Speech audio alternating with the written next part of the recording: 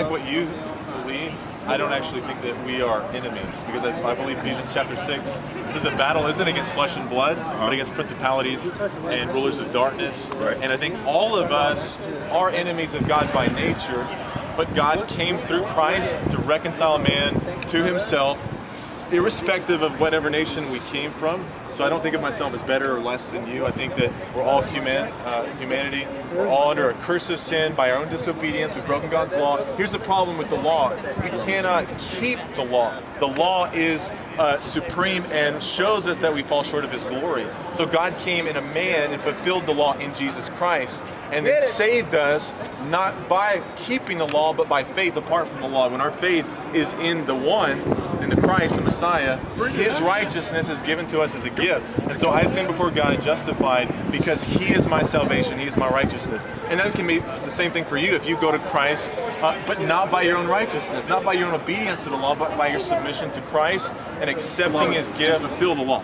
And so now we are not under the law, but under grace. That's in the New Testament also. So because of Christ, there is no Jew nor Greek nor male nor female. We're all one in Christ Jesus. We're all brothers and sisters if we have that same faith in him.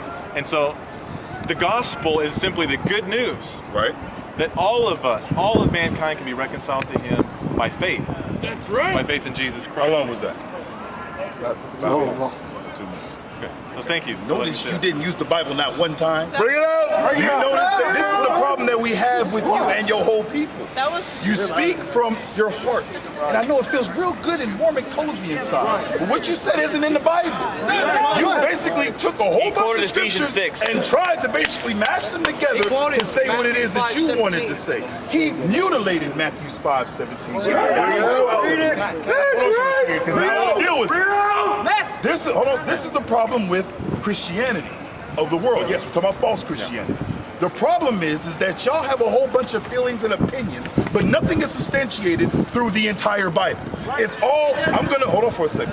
Genesis It's all 22, dealing with emotions God told Abraham to based take off of Isaac to certain the top of the scriptures mountain, that you to can take out of sacrifice him place on the top of and the not mountain, use right? in its And he context. stopped him Give and me put the ram Matthew in his place. 5:17. The ram is the Let's Lamb hear of what God. Jesus Christ Behold, said. the Lamb of God has You taken quote away it, we're going to the read sin it. of the world. Book of Matthew, That is chapter 5, verse 17. Read. Think not that I come to destroy the law. Read that again. Think not that I come to destroy the law. He said that. Come on. Or the prophets. Or the prophets. I am not come to destroy, but to fulfill. In the same sense, he said that we couldn't do the law. He said he didn't come to destroy the law, but we couldn't fulfill the law. Read Galatians chapter 3, verse 24. This is what you said. Notice, every time a so-called Christian tries to deal with Christ's words, he has to run to Paul's writings. Back to 2 Peter 3:15, what we're referring to.